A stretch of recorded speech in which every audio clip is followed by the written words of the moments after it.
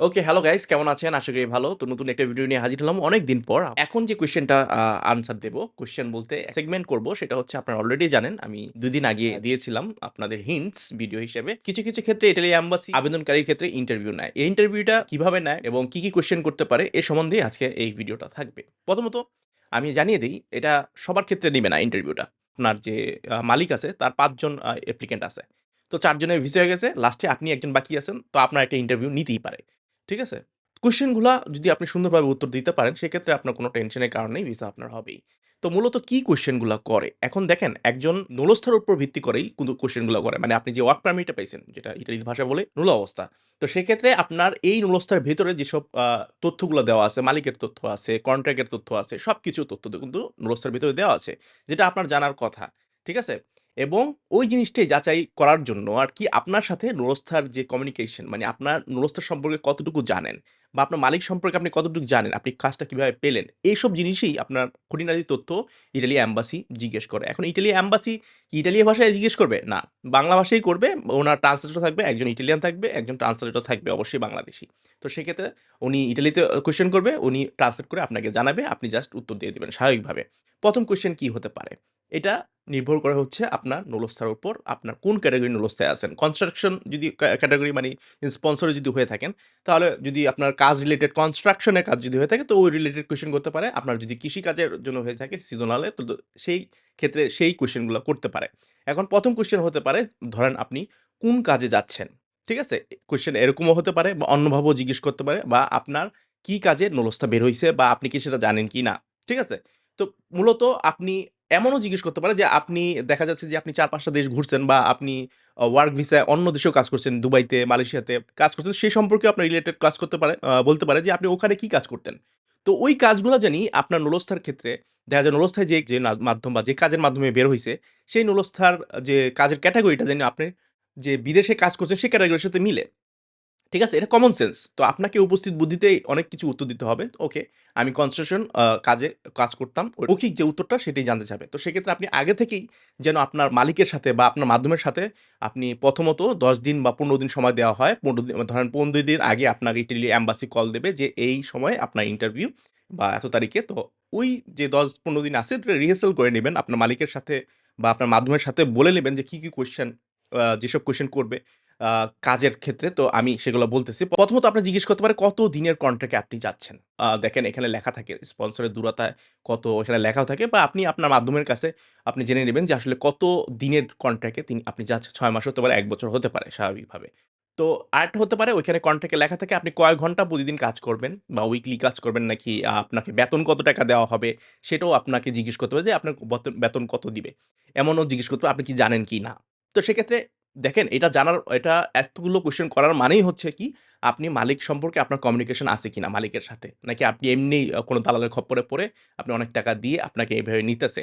যদিও এটা সত্যি বাট ওগুলা বলবেন না। যেমন আপনাকে বলতে পারে যে আপনি আপনার কত টাকার মাধ্যমে আপনি কনট্যাক্ট করছেন বা কত টাকা দিয়ে আপনি ইতালি যাচ্ছেন এটুকুও জিজ্ঞেস করতে পারে। আপনি জাস্ট বলবেন যে ফিটা দিছেন এম্বাসিতে বা এই বিএফএস গুলো সেটাই। আর আপনি বলবেন যদি বলে যে আপনি কার মাধ্যমে গেছেন, আপনি বলতে পারেন যে আপনার ইটালিতে আত্মীয়স্বজন থাকে, এই ভাই থাকে। উনি আমাকে একটা আমার কাজের যে আমার দক্ষ এই বিষয়ে আছে। তো তিনি এই বিষয়ে আমাকে একটা মালিকের মাধ্যমে পরিচয় করিয়ে এবং তিনি আমাকে একটা কন্ট্রাক্ট পেপার বা ব্যবস্থা দিয়েছেন। তো সেক্ষেত্রে এইটা তারা বুঝে যাবে ওকে, ঠিক আছে। যদি তারা আপনাকে ইনসিস্ট করে যে আ আপনি কি টাকার মাধ্যমে যাচ্ছেন, তবুও আপনি অস্বীকার যাবেন, "না, আমি টাকার মাধ্যমে যাচ্ছি না। আমার আত্মীয়স্বজন থাকে এজন্যই আমি যাওয়ার পসিবিলিটি হইছে।" তো আত্মীয়র নাম জিজ্ঞেস করতে পারে। আত্মীয়ের নাম দিয়ে দিবেন। কোনো সমস্যা নাই। আপনার আত্মীয় যাচ্ছেন আপনি, যার মাধ্যমে যাচ্ছেন, বলে দিতে পারেন। মালিকের নাম মনে রাখবেন। ঠিক আছে? তারপর হচ্ছে ফোন নাম্বার মনে রাখবেন। আরেকটা কথা হচ্ছে যদি আপনার মাধ্যমের নাম্বার চায়, নাম্বারও দিতে পারেন। ঠিক আছে? আর ওই যে বললাম মালিক কিভাবে কি হইছে, বলবেন যে আমার আত্মীয়র মাধ্যমে গিয়েছি এবং আত্মীয়র মাধ্যমে তারা আসলে আমি এই কাজ জানি বিধায় সে একটা কন্ট্রাক্ট বা মালিকের এই কাজে আমি চাচ্ছি। তিনি কাজটি আমাকে দিয়েছেন। কোন সিটিতে আপনার কাজ?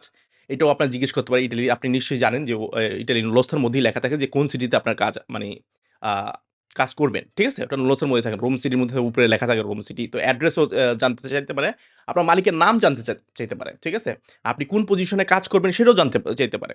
তো সবকিছু জানি আপনার মাধ্যমের সাথে আগেই রিহার্সাল করে রাখবেন যে এই বিষয়ে আমাকে কোয়েশ্চেন করবে। আমি যেগুলা বললাম তো নুরস্থা কেন্দ্রিকই আপনার, বারবার বলছি নুরস্থা কেন্দ্রিকই আপনার কোয়েশ্চেনগুলো হতে পারে। আমি যতদূর অভিজ্ঞতা থেকে বলতেছি, যারা আমাকে বলছে, ঠিক আছে?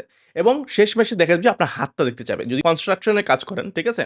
যদি আপনি রাজমিস্ত্রি হয়ে থাকেন, তো সেক্ষেত্রে আপনার দেখা যাবে যে আপনার হাতে পরিশ্রমী ভাব থাকতে পারে। সরি। কনস্ট্রাকশন এর কাজে দেখতে গেলে যে তার হাতটা অবশ্যই একটু ময়লা থাকবে, একটু আ দেখতে কি বলে? একটু কঠোর হবে বলে। একটু নরমাল হাতের মতো না। ঠিক আছে? যেমন আমি কোনো সময় কঠিন কাজ করি নাই। তো আমার হাত মেয়েদের মতো নরম। সবাই বলে। যাই হোক, সে কথা বলতেছি না। তো আপনার হাতে পরিশ্রমী ভাব থাকতে পারে। মানে হচ্ছে আপনার হাতটা নরম হবে না। অবশ্যই আ কঠিন পরিশ্রমী হাত হবে, যেটা কর্কশ থাকবে। এবং এমনও অভিজ্ঞতা আমি শুনছি, মানে আমার এক মাধ্যম, ইটালির মাধ্যম, ভালো সম্পর্ক তার সাথে।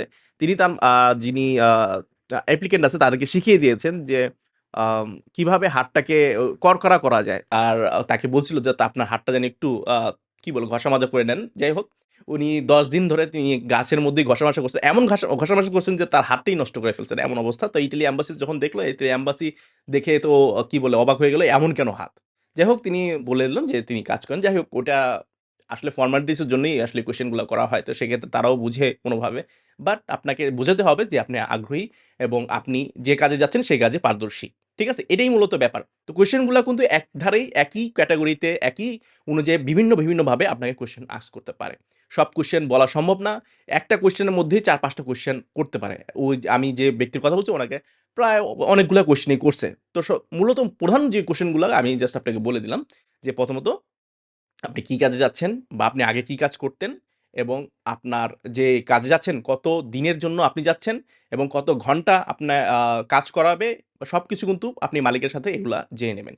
ঠিক আছে? কোন সিটিতে কাজ করবে এবং টাকা দিয়ে আপনি যাচ্ছেন কিনা, এবং পরিশেষে আপনার হাত দেখতে অনেকে দেখতে চায়, বাট হাতটা দেখলে জানি আপনার কঠোর মনে হয়। যদি পরিশ্রমী হাত হয়, যদি সিজনাল ওয়ার্ক ভিসায় যান, তাহলে তো আপনার হাতটা একটু খরকস হবেই। এরকম আজগুবি তথ্য দিতে হইতেছে আপনাদের, কি বলবো? এরকমই অভিজ্ঞতায় মানুষ ফেস করতেছে যারা অ্যাপ্লিক্যান্ট আছে। ঠিক আছে?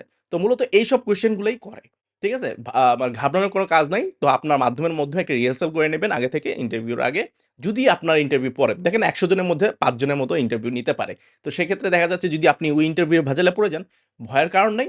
আপনি যদি ইন্টারভিউটা ভালো দেন, দেখা যায় যে পরের দিনই আপনার, দেখা যায় ২ দিনের মধ্যেই আপনার মালিকের কাছে কনফার্মেশন চলে যাবে এবং পরবর্তী ভিসা হয়ে যাবে। আর যদি আপনি কিছুই না বলতে পারেন, যারা কিছুই না বলতে পারবে ইন্টারভিউতে, আপনার নুরস্থ সম্পর্কে কোনো আইডিয়া নেই, কোন কাজে যাচ্ছেন, কি করতে যাচ্ছেন, বা কার মাধ্যমে কোনো কি জাস্ট দালালের মাধ্যমে কোনো আ তথ্যই জানেন না আপনি, আপনার নুরস্থ সম্পর্কে। সেক্ষেত্রে কিন্তু আপনাদের সমস্যা হবে ভিসা। ঠিক আছে? এরকম রেকর্ড আছে, তার ভিসা হয়নি, মালিকের কাছে কনফার্মেশন যায়নি, রেডি ফর কালেকশন এসে পড়ছে। তারপরের ক্ষেত্রে দেখা গেছে যে রিজেক্ট চলে আসছে। তো মূলত এই ৪-৫ টা কোয়েশ্চেনই করবে। এর বাইরে এই কোয়েশ্চেনের মধ্যেই হয়তোবা আরো ১০-১৫ টা স্পেসিফিক ভাবে আমি বলতে পারছি না। বাট আপনারা ধরে নেন আপনার কোয়েশ্চেন গুলা অবশ্যই নুরস্থা কেন্দ্রিক হবে। আপনার কাজের ক্ষেত্রেই হবে। ঠিক আছে? তো আজকে এই পর্যন্তই। ভালো থাকবেন, সুস্থ থাকবেন। অবশ্যই লাইক অ্যান্ড শেয়ার করে রাখবেন। বাই।